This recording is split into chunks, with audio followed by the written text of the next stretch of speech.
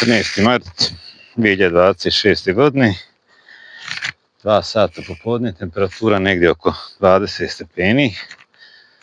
Ovo je društvo koje je uzimljeno u Fararu, ekstra je društvo, međutim, kao što sam rekao u prošlom videu, ne sviđa mi se kako se uzimljava u Fararu, tako da sam između videa, to je kad sam završio prošli video, Farar sam zarotirao prema dole, sad je gore LR, a u sredini je Farar, pa ćemo vidjeti šta se dešava. Inače, ovo društvo je malo i defanzivno. Pa ćemo da vidimo sad koliko su i ljute. Vidim da je dosta pčela prešlo gore u LR, znači da će biti i legla. Sad moram i dobro nadimiti jer su baš defanzivne pčele.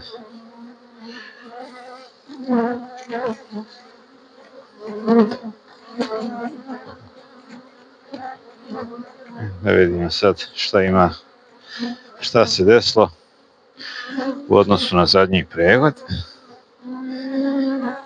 Maca prešla gore i ovi legla gore. Ovaj ram je prazan, izgleda mi kao da je ulašten, s druge strane je med.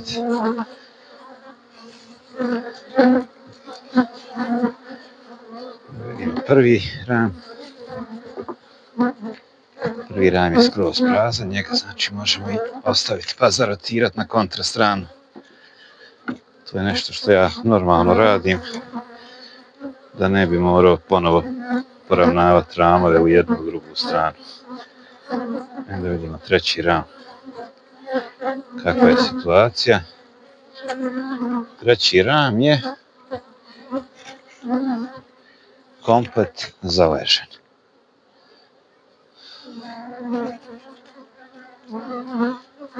S druge strane, ista situacija, malo starije leglo u ovom ovdje dijelu se nalazi.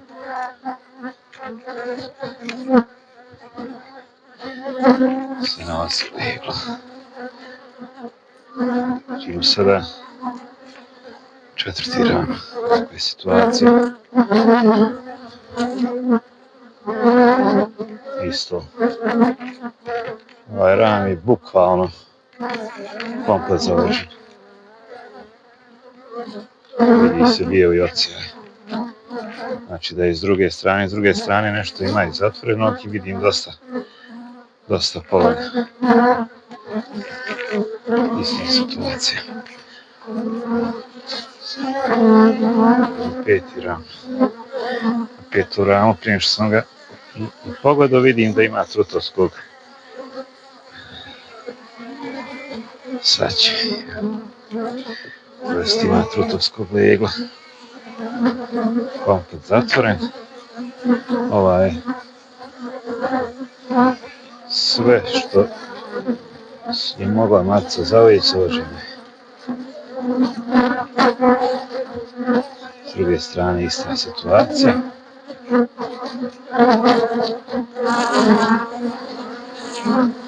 Ovaj ću zarotirati ram na 180 stepeni, tako da med koji se nalazi u ovom dijelu ovdje, maca koja za pčela opstaje.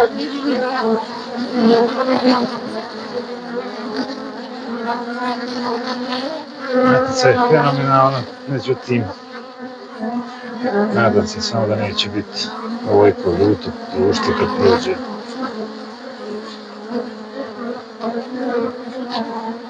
Evo i ovaj ram je kompletno, znači ili je leglo, ili je pol.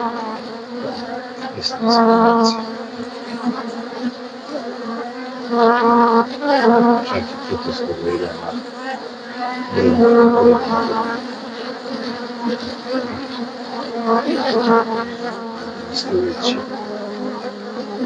sljedeći ram samo ima polen, komplet ram je polen.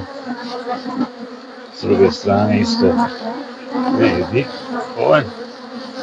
Tako da bi meni bila odlična ideja da tu stavim prazan ram, nek se širi, će proći dosta vremena dok se ne počisti ovaj ram.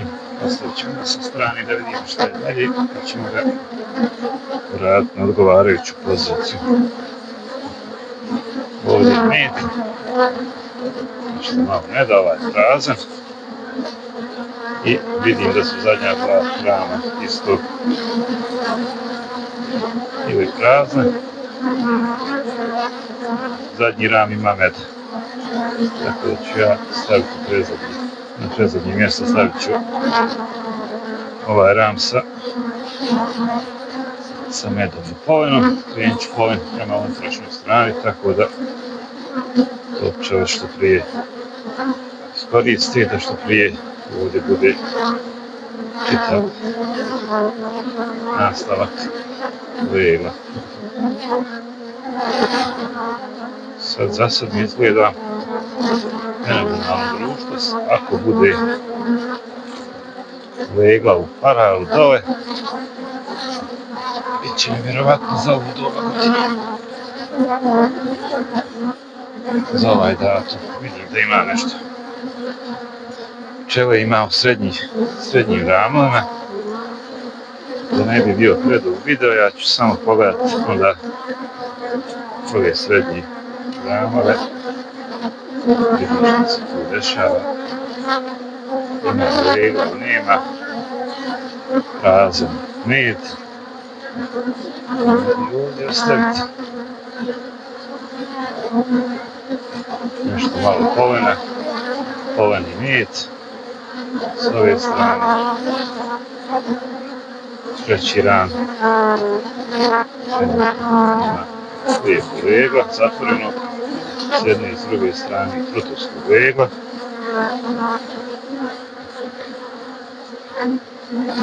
Peti ram. Kompletan je zaležen. Stavim da izlazi i da su one već stavile polen na pčelinama u kojima je pčela izašla.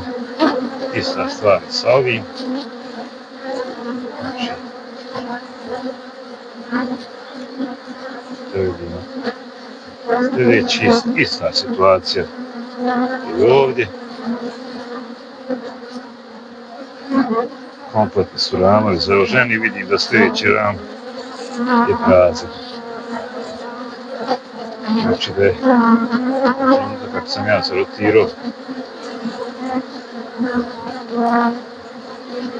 parare, da je matica prešla u gornji nastavak i gore ovo sve sa ovega što se sve desilo zadnjih, ne znam, 14-15 dana.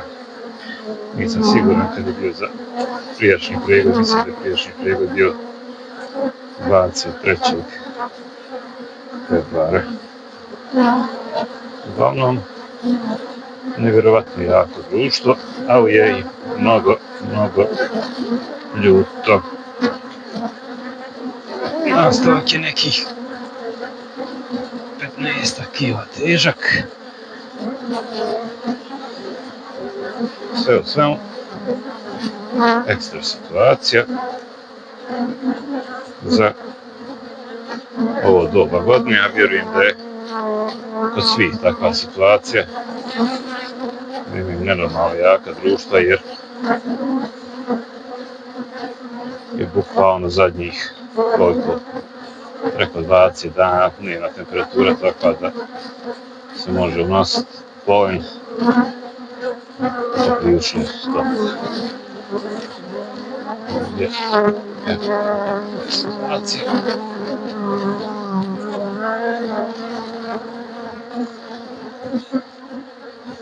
Dole je piljevina koja je bila u zimu. Samo ću još vaga SMS koja mi govori kolika je potrošnja bila preko zime i kako društva izgledaju. Toliko od mene i pozdrav.